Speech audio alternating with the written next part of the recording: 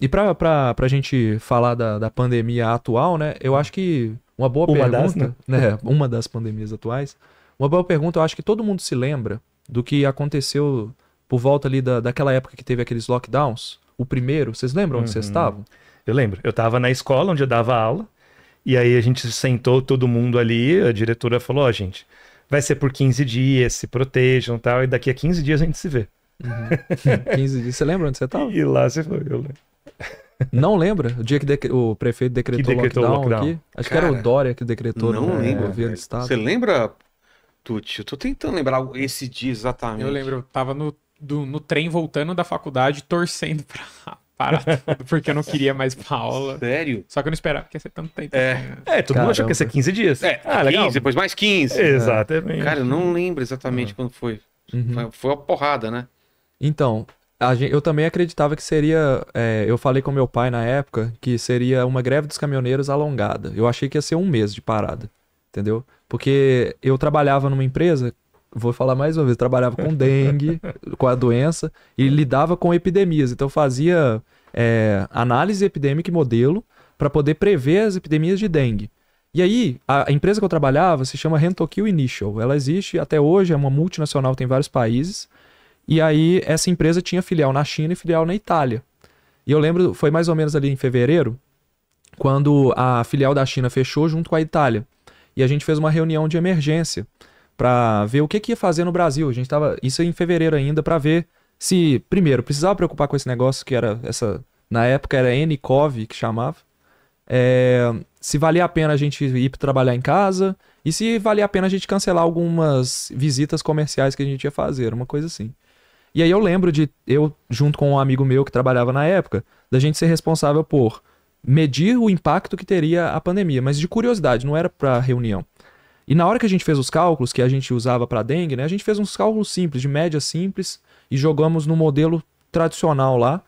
Na hora que estava dando assim, mais de 100 mil pessoas mortas no Brasil, porque a gente pegou os dados da China, pegamos os dados da Itália e mesclamos eles, que a China subestimava e a Itália parecia que estava dando mais do que... Né, porque os caras estavam falando que tinha caminhão de mortos e tal. Eu lembro, a gente ficou assustado, né, quando a gente viu as notícias da Itália. A gente falava, nossa, que absurdo na Itália. E no Brasil depois morreu muito mais. Aí eu fiz esses cálculos e cheguei mais ou menos a 100 e poucos mil mortos no Brasil. Eu lembro de falar na reunião, pessoal, olha só, eu acho que vai ser uma greve dos caminhoneiros pior do que vocês estão imaginando. Então acho que a gente tem que ir para casa sim, vai ser um negócio. E a OMS já tinha um protocolo para esse tipo de situação.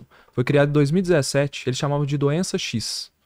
Que muita gente fala que a OMS já sabia, que o vírus foi lançado. Ela colocou uma expectativa de um vírus que tivesse alguns padrões, se acontecesse, seria essa doença X e o que teria que fazer. Exatamente. Porque como você diminui. Baseado em coisas mais antigas. Baseado na história. Baseado exatamente no influenza, baseado no que aconteceu nas outras. Porque já aconteceu. Quando o navio genovês, lá da peste bubônica, desembarcou na Europa, aquilo se espalhou de uma forma que a gente consegue mapear isso e traçar modelos que falam, olha, se no Brasil entrar dessa forma, vai se espalhar dessa maneira. A doença era respiratória, já se sabia disso. Então, se você tinha como prever, a OMS tinha planos de emergência que incluíam o lockdown, incluíam uso de máscara, lavagem de mãos e distanciamento social. Mas isso não era cultural na época. Inclusive na gripe espanhola também sugeria, né, que as pessoas usassem máscara. Já usaram. Então, não era novidade para nós que trabalhávamos com epidemias, mas era novidade para a maioria das pessoas. Eu lembro até hoje de usar máscara pela primeira vez na empresa, o pessoal zoar. Tipo assim, que você está usando máscara, não sei o quê. E a gente eu lembro. Mas o estranho você viajava pelo mundo. Há muitos anos anteriores, os japoneses, principalmente, já usavam máscara. Mas é cultural. Cultura deles. Dessa cultura, né? Em metrôs, em trem. E a gente achava muito estranho. Falava, cara, os caras estão usando máscara. E tipo, era meio cultural. Porque tem um antecedente lá ou é uma... São as gripes de Hong Kong que... eu esqueci de falar, na verdade, em 1997 e 58, você teve as grandes gripes de Hong Kong, que pegaram a região da China, Hong Kong e Japão. Então era influenza, e a modo de transmissão de proteção era a máscara. Entendi. Eles sabiam que protegia. Então por isso. Como hoje é um traço cultural. Hoje, digamos, você fica resfriado, você vai sair, pegar um metrô, é meio natural. Coloca uma máscara você vê isso hoje. Então meio que entrou na nossa cultura agora. Mas no começo era muito estranho. No começo era bizarro. Eu lembro de ficar assustado. Eu falei, nossa, tá todo mundo máscara. usando. Parecia um filme de zumbi, assim, né? Pra evitar a contaminação. E aí? Eu acho muito tenso falar desse assunto, porque... Qual assunto você tá falando de... Covid. Covid sim, em geral. Já entra a ideologia, entra paixões, entra... Não é nem isso, né? Morreu muita gente, conhecidos e tal, mas... quem não perdeu alguém conhecido? É muito difícil, né? E aí, cara, eu lembro de ligar pro meu pai nesse dia e falar, pai, olha só, meu pai tá vivo, graças a Deus, né? Tá aí tudo certo, mas eu lembro de falar com ele, pai, olha só, meu cálculo tá dando mais de 100 mil mortos, eu acho que era 160. Aí ele, no mundo? Não, pai, no Brasil, até o final do ano. Nossa. Então eu acho que vocês vão ter que ficar em casa, vai ser uma greve dos caminhoneiros longa e tal, porque o protocolo dizia isso, 21 dias de lockdown. E se você fizesse uma paralisação de 21 dias com fechamento de escolas, inclusive eles botavam fechamento de escolas total, fechamento de hospitais. Se você segurasse a epidemia no início, você evitaria o espalhamento. E aí eu lembro direitinho do primeiro caso, foi um homem que estava na Itália, que veio para o Brasil, apresentou Covid, espalhou primeiro em São Paulo, depois foi para Manaus. A doença proliferou naquela primeira onda, igualzinho foi previsto pela pandemia de influenza. Uma primeira onda. A gente só não sabia qual que seria o padrão de transmissão, mas ela foi em onda. Então ela apresentou o platô. Aquele platô me gerava uma ansiedade que eu comecei a fazer vídeo, né? Foi quando o Olá Ciência começou a bombar. Porque eu tava falando, galera, eu brincava com a galera que falava assim, olha gente, eu vou ensinar vocês a não morrer. Quando a pandemia passar, eu vou ensinar vocês a viver melhor. Que era o objetivo. Então, eu lembro de ver aquele platô e olhar para as regiões mais vulneráveis, né? E falar, cara, isso aqui daqui a pouco vai dar uma segunda onda, que era o que se falava na época. E aí, exatamente como aconteceu em outras pandemias, como aconteceu, por exemplo, na volta da peste bubônica, aparece uma nova variante em Manaus, que foi a P1. Não sei se vocês vão lembrar, que ela depois foi chamada de Gama. Ela espalhou no mundo inteiro. Aquilo ali reativou. A partir de Manaus, não? A partir de Manaus. Ela foi a partir de Manaus. Virou dominante, né? Ela, inclusive, não foi detectada em Manaus primeiro. Ela foi detectada no Japão de passageiros que tinham saído de Manaus. Então sabia-se que foi o Brasil que gerou essa bactéria. Essa variante. Eu tava pensando na peste bubônica. Depois veio a Ômicron. Então, as grandes ondas da Covid, né? Você tem a primeira variante, que não tinha nome. Ou a variante de Wuhan, que eles falaram, né? A variante Wild. Você tinha a variante de Gama, Delta e Ômicron. E foram 4 ondas também. E a Ômicron terminou não terminou a pandemia, mas terminou a grande... Terminou a emergência. A emergência internacional. A emergência internacional. Então, dá pra gente falar dos acertos dos erros do que aconteceu nesse gerenciamento da Covid? Com certeza, até porque isso serve como modelo, né? Para quando acontecerem as próximas, e a pergunta é quando, não e se, a gente já ter um protocolo melhor definido para acontecer. Então, por exemplo, um grande acerto que a gente teve, apesar de não ter sido feito da melhor maneira possível, foi a questão do lockdown. Então, essa discussão sobre o lockdown não existe, se ela foi correta ou não. A questão do lockdown é que já se sabia que isso era uma medida eficaz. Aquela discussão se funcionaria ou não, se deveria ficar os idosos em casa ou os jovens em casa, aquilo lá. Se a gente voltasse na história, a gente veria que aquilo aconteceu antes, que aquilo funcionou na pandemia de influenza. Então não deveria haver a discussão se deveria fazer, é como fazer. E como? O como fazer. Em quanto tempo a gente deveria ficar em casa? Quanto tempo deveria, por exemplo... Será que se alguém saísse ou não, funcionaria? Porque o que foi falado em muitos países, não só no Brasil, tá? Vários governos falaram isso, de que deveriam tirar os jovens de casa e deixar os idosos protegidos. Não sei se você vai lembrar disso. Sim, eu lembro. Que era o famoso isolamento vertical. Idosos, né? Não fazia sentido porque a doença já se sabia que ela era respiratória. Então o jovenzinho lá com a vovó em casa ia chegar em casa infectado e ia matar a vovó. Então, né? Tanto que aconteceu muitos casos, você deve ter conhecido também, eu conheci um monte de gente que o idoso acabou ficando doente, às vezes até faleceu, depois que passou um tempo da pandemia e os netos foram visitar, e os filhos foram visitar. Então, tipo, o idoso permaneceu isolado, bonitinho, o tempo todo e livre dessa infecção. Aí quando as coisas começaram a melhorar e começou a ter visita, trouxe esse vírus para ele.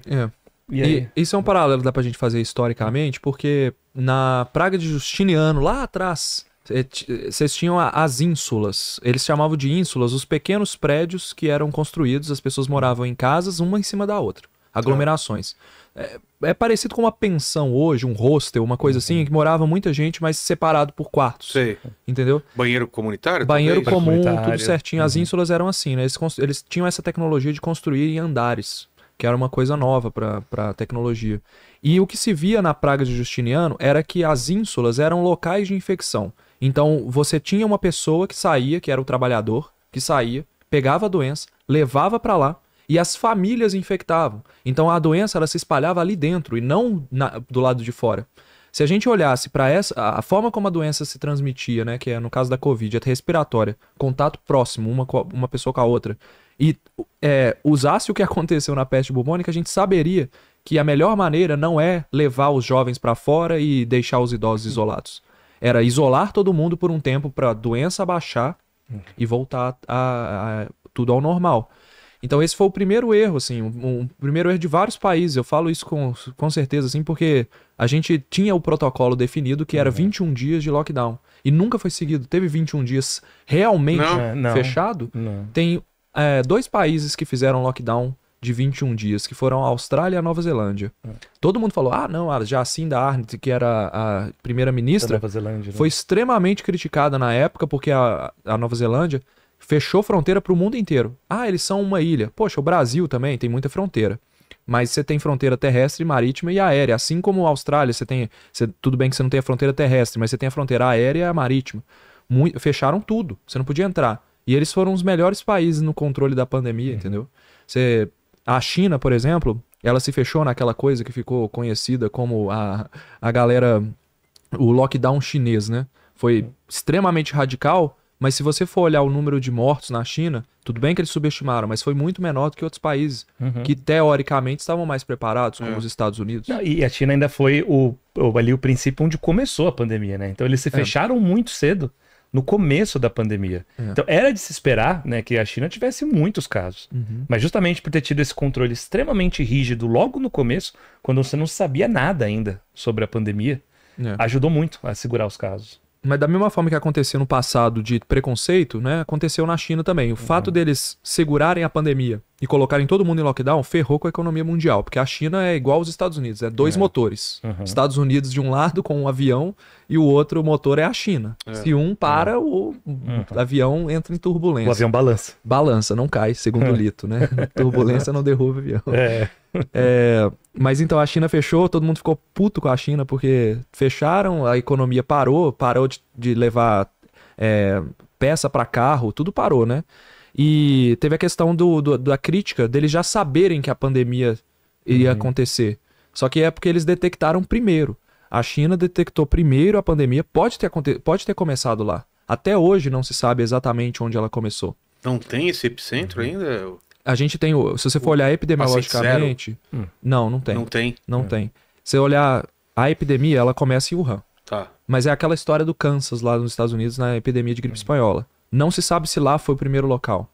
Só foi onde foi detectado. É onde saltou o vírus para o ser humano, né? Então, eu lá na época, eu até tenho um vídeo sobre isso no canal, chama Origem do Coronavírus, se alguém quiser assistir. Até hoje ele não tem atualizações.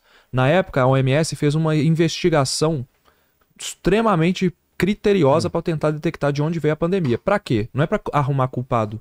É para ver como prevenir a próxima. Para entender o processo, né? Entender o processo que aconteceu.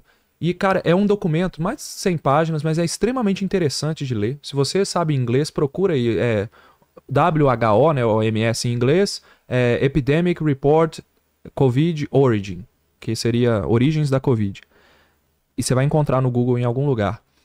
E aí você vê, eles fizeram a investigação epidemiológica do Jon Snow lá, que a gente falou. Eles fizeram assim, pegaram a cidade de Wuhan, mapearam os casos para tentar encontrar um epicentro. Não tinha epicentro.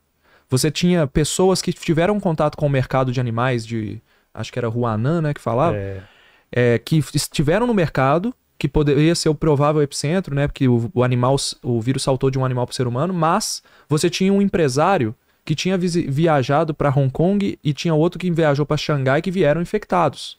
E aí? Será que começou em Xangai? Será que começou em Hong Kong? Então você tinha essas pessoas que eram executivos que ficaram infectados também porque viajavam muito.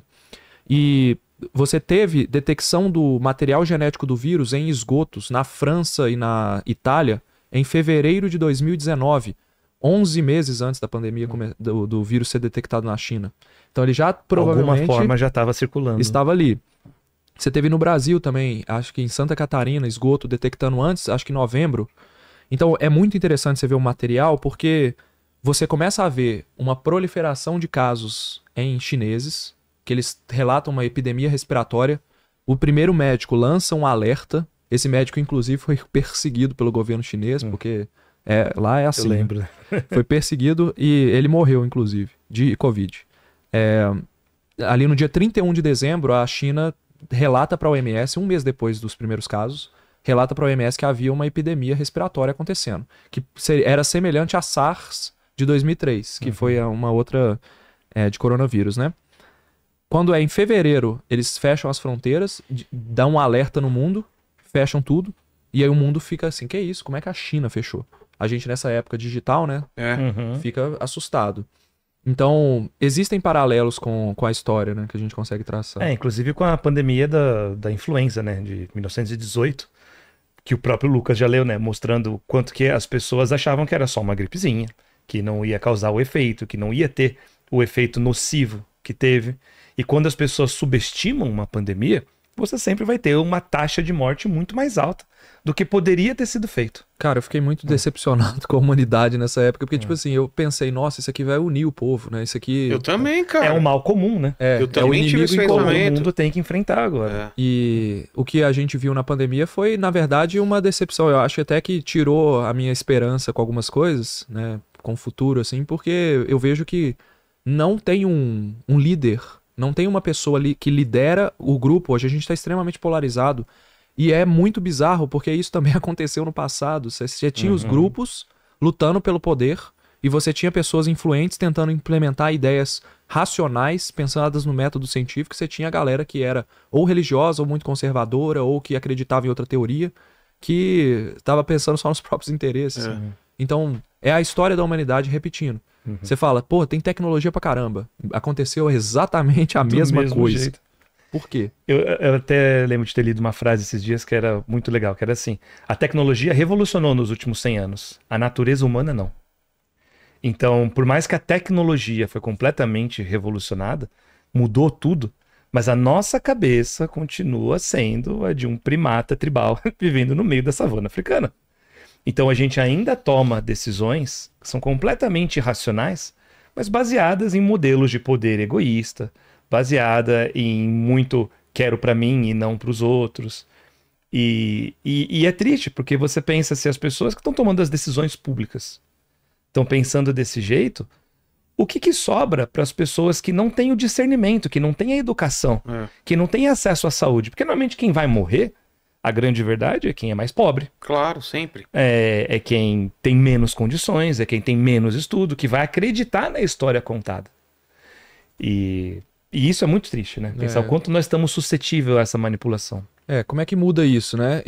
Você falou de tecnologia, eu fiquei muito entusiasmado com as vacinas de RNA, né? Então, explica isso daí. Quanto é o tempo médio de se desenvolver uma vacina e por que foi tão rápido dessa vez? Beleza.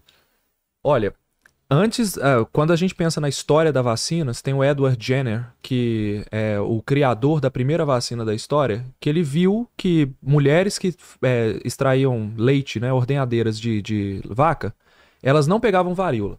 Porque a vaca tinha uma varíola chamada varíola bovina. Só que essa varíola era leve para o ser humano, ela não matava, nem causava, só causava feridas nas mãos.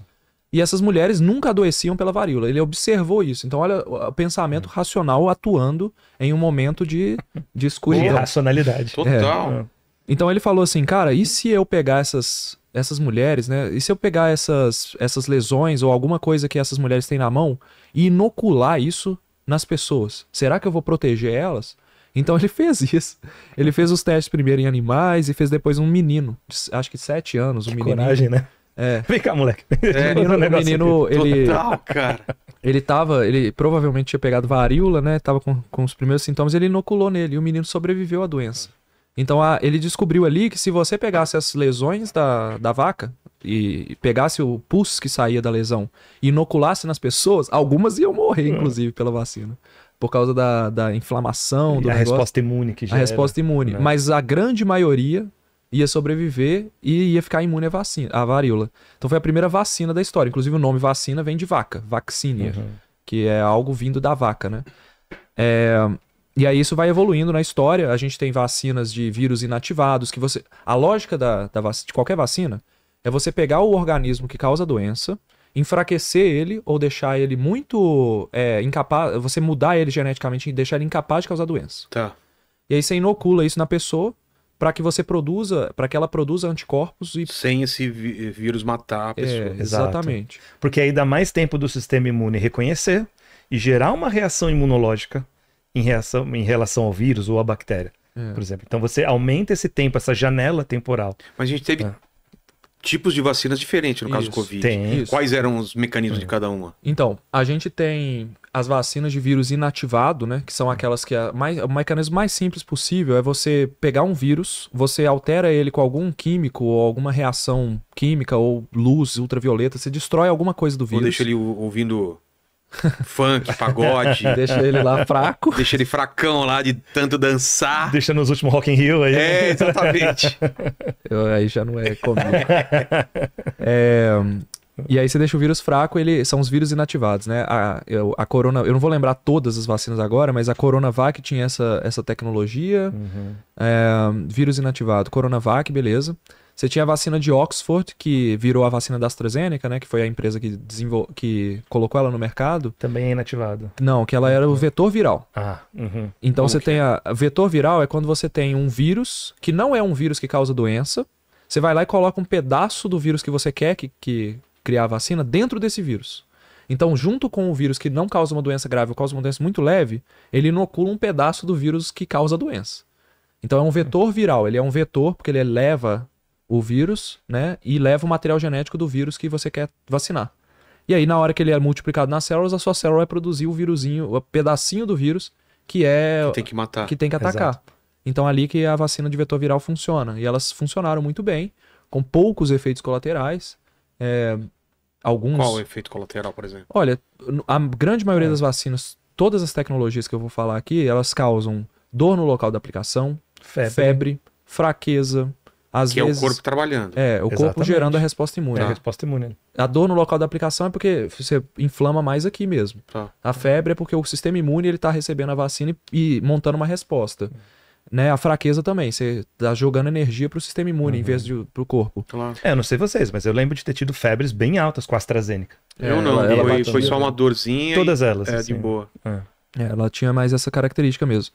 Mas em algumas pessoas mais sensíveis... Você falou em dois mecanismos, foram só esses dois? Não. Você tem outro. Você tem o que não é da Covid, né? Que foi o vírus atenuado, que não é inativado. Atenuado é você selecionar uma cepa viral que não causa doença. Ou que não causa doença em pessoas saudáveis. Por exemplo, enfraquecida. Não é que ela é enfraquecida no laboratório, ela já é fraca. Entendeu? A inativado você enfraquece o laboratório. A atenuado ela já é uma cepa fraca. Por exemplo, a vacina da febre amarela usa um vírus atenuado. É uma cepa que circula no mundo aí, mas ela não causa doença em pessoas saudáveis. Se você inocula ela é muito forte. A vacina arregaça a pessoa porque é o vírus de verdade, completinho, só que ele não causa doença. Então o seu sistema imune destrói ele lá. Tanto que é essa que pessoas com imunodeficiência não podem tomar, Não podem tomar de jeito nenhum, porque se ela não monta a resposta, o vírus ataca ela. E aí você desenvolve a doença. No caso da Covid, qual tipo de vacina foi melhor? Ou não dá pra dizer Dá isso? pra... Foi mais eficiente. Se você for pensar na eficácia, você tem as vacinas, as últimas, que eu ia falar, que é a vacina de RNA. As vacinas de RNA são o seguinte. Da mesma forma que você tem um vetor viral... com um pedaço... Com um pedaço do vírus lá dentro, certo. Esse pedaço é o RNA. Você tem um vírus que está englobando um RNA. RNA é o material genético, código... É uma sigla? É a sigla do... RNA igual a gente tem DNA. Sei. O vírus tem... Esse vírus, coronavírus, tem RNA. É o nome, né? Porque DNA é ácido desoxirribonucleico, RNA é ácido ribonucleico.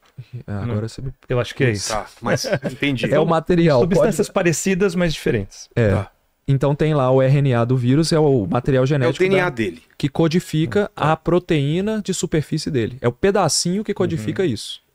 Então na hora que ele vai entrar no seu corpo por um vírus, o vírus entra na célula e a sua célula pega aquele material e produz a proteína do vírus. A proteína sozinha não causa doença. Essa é a vacina de vetor viral. A vacina de RNA é uma vacina que não tem um vetor viral, mas ela tem uma cápsula, que é uma molécula de gordura, tá? Uma bolha de gordura e uma bolha de sabão mesmo. Uma bolinha de gordura que o pessoal colocou o RNA lá dentro. E essa bolha de gordura, ela ativa a resposta imune. Eles acoplam substâncias que despertam a resposta imune na pessoa. Então, essa bolinha, ela consegue entrar na célula humana.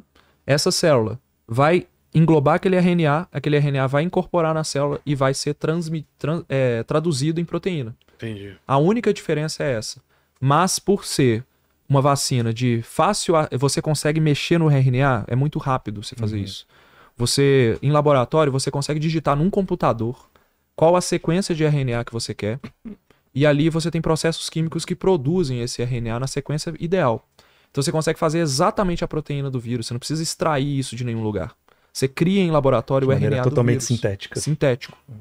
Então você consegue criar em laboratório um vírus completo, se você quiser. O RNA dele, né? Você pega esse pedacinho, coloca dentro dessa bolinha, que já era estudada desde 1950, essa vacina, só que ela nunca tinha sido testada. E aí colocaram essa bolinha e testaram. Foram as vacinas da Pfizer e a vacina da Moderna. Da Moderna. Né? Quando fizeram... Da Johnson, não. A da Johnson era vetor viral. Vetor viral. Da Johnson é vetor viral. Coronavac é inativada, AstraZeneca é vetor viral, Johnson é vetor viral. E Pfizer e Moderna são RNA. Nunca tinham sido testadas essas vacinas, mas quando fala assim, nunca tinham sido testadas, parece que é um negócio... arriscado. Só que o que já tinha sido testado era a tecnologia. Nunca tinha sido testado o RNA do coronavírus lá dentro, mas a tecnologia tinha sido testada desde 1950. Então a gente sabia que se você jogasse um RNA lá dentro com a proteína, com a cápsula de gordura e produzisse a resposta imune, essa resposta imune ia ser muito boa. Ela é muito alta. E como é exatamente o pedacinho do vírus que você precisa, não tem erro. Você produz uma resposta imune alta. Então as eficácias dessas vacinas, elas foram acima de 90%. 94%, 95%. O que é a eficácia, né? A pessoa que toma vacina, ela tem uma redução de risco de 94% em relação a quem não tomou vacina, em relação ao grupo não vacinado. Então, uma vacina inativada, como foi a Coronavac, tinha na casa de 50%. Entendeu? A vacina de Oxford, eu acho que era 80%, 84%. Então, as vacinas de RNA, elas tiveram uma eficácia muito maior. O que isso se traduz em termos epidemiológicos, né? Você dá uma vacina de alta eficácia, significa que o risco de quem está vacinado diminui mais. Beleza? De pegar a doença. Sim. De pegar a doença e ficar doente, principalmente. Se diminuir mais o risco, significa que vai ter menos gente doente nessa população vacinada. Se tem menos gente doente, menos gente transmite. Então, a vacina com maior eficácia tem que vacinar menos pessoas para conseguir um efeito melhor. Uma vacina com baixa eficácia, você tem que vacinar quase todo mundo para você ter efeito. Com mais de uma dose. Com mais de uma dose, às vezes. Mas a eficácia não era nem a questão da dose, né? A vacina de RNA é sempre 2 doses. Por conta da resposta imune gerada? Aumenta a resposta imune? Normalmente a primeira dose ela não é suficiente para uma resposta duradoura. Então, você tem uma proteção inicial, mas aí depois você precisa dar o pessoal chama de boost, né? Um reforço. Um reforço. Sim. Só que não é o reforço específico. O esquema de doses era de 2 doses, porque essa segunda disparava um outro tipo de resposta mais adequado. E aí ela durava muito tempo. Mas era a mesma vacina, ou tinha diferença? Mesma vacina. Algumas vacinas, depois que a gente saiu dessa situação de emergência, elas são diferentes. Você tem vacinas infantis que eram doses diferentes, doses menores para não causar tanto efeito. Você tem vacinas que, inclusive, nem são para proteína spike, né, que é a proteína de superfície. Hoje já se tem vacinas focadas no nucleocapsídeo do vírus, que ele é mais conservado. Então se fala muito em ter uma vacina que funcione para todos os coronavírus, que é uma região que não muda muito, que não muta muito. Então, se você desenvolve uma vacina eficaz contra esse nucleocapsídeo, a velocidade de mutação dele é muito lenta. Então, você não precisa trocar a vacina todo ano, sabe? Então, a gente tá falando de efeitos colaterais, né? Tinha muito isso de febre, dor de cabeça, dor no corpo. Mas algumas vacinas, elas davam um efeito colateral maior. A AstraZeneca, por exemplo, ela, em algumas pessoas, principalmente mulheres, em situação de vulnerabilidade, que já tomavam anticoncepcional, alguns casos específicos hormonais, elas davam um aumento de risco de trombose. Por exemplo. É verdade, eu lembro disso também. A vacina da AstraZeneca viram isso, quando ela estava no mercado. Só que a grande questão é que o aumento de risco de trombose era muito menor do que o aumento de risco de trombose se você se infectasse. Ah, é? Claro, senão não vale a pena você vacinar. Se você vacina se você vacina com uma vacina que vai gerar mais trombose do que a própria doença, não faz sentido. Exato. Então a vacina ela causava um pequeno aumento em algumas pessoas, mas se aquelas mesmas pessoas se infectassem, a trombose ia dominar. Pior.